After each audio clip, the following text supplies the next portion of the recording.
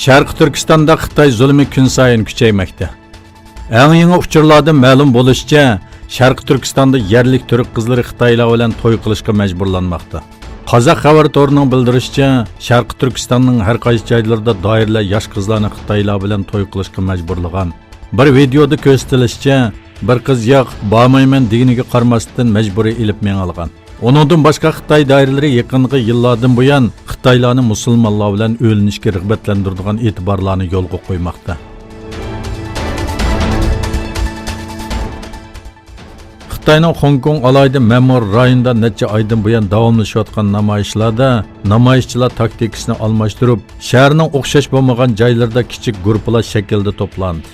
Hong Kongda ommaviy taratqulardagi chaqiriqqa asosan Soda saroylar va tantarbiya salonlari qatorliq o'rinlarga jam bo'lgan namoyishchilar burunqi keng ko'lamlik namoyishlar o'rniga kichik guruhlar holatida namoyish qilishni tanladi. Saqchilarning buningga farqli shaklda qarshi turib, Bekchiq yerda nurg'un namoyishchilarni qo'lga olganligi bildirildi. Suriya davlat televiziyasi Turkiyaning hujumiga qarshi qismlarini shimolga yurgiganligini e'lon qildi.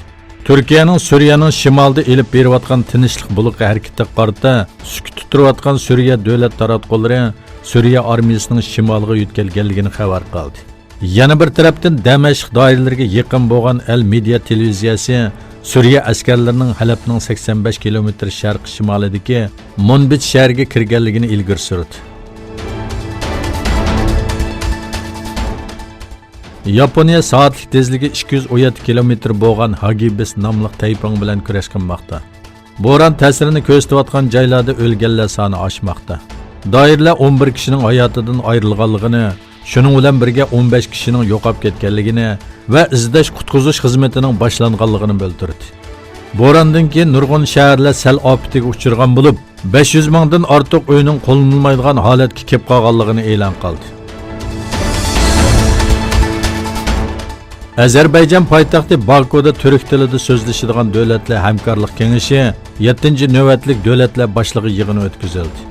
Azerbaycan prezidenti İlham Aliyevning riyosatchiligida seshanba kuni o'tkaziladigan oliy darajaliklar yig'iniga Turkiya davlat raisi Erdo'g'an, Qozog'istonning qurg'uvchi prezidenti Nazarbayev, Qirg'iziston prezidenti Jinbekov va O'zbekiston prezidenti Shavkat Mirziyoyev ishtirok qildi. Yig'inning bosh temasi kichik va o'rta tipdagi korxonalarning taraqqiyoti va Turk dunyosi iqtisodi deb belgilandi.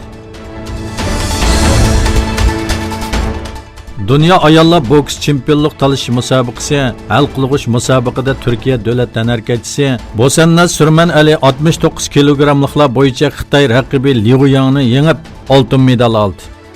Rossiyaning Ulan-Odi shahrida o'tkazilgan musobaqada Bosannaz 69 kilogramliklar bo'yicha Xitoy raqibi Liu Yang bilan qarshilashdi. Turk tanarkachisi 3 maydonning hammasida raqibini mag'lub qilgan holda medalga erishdi.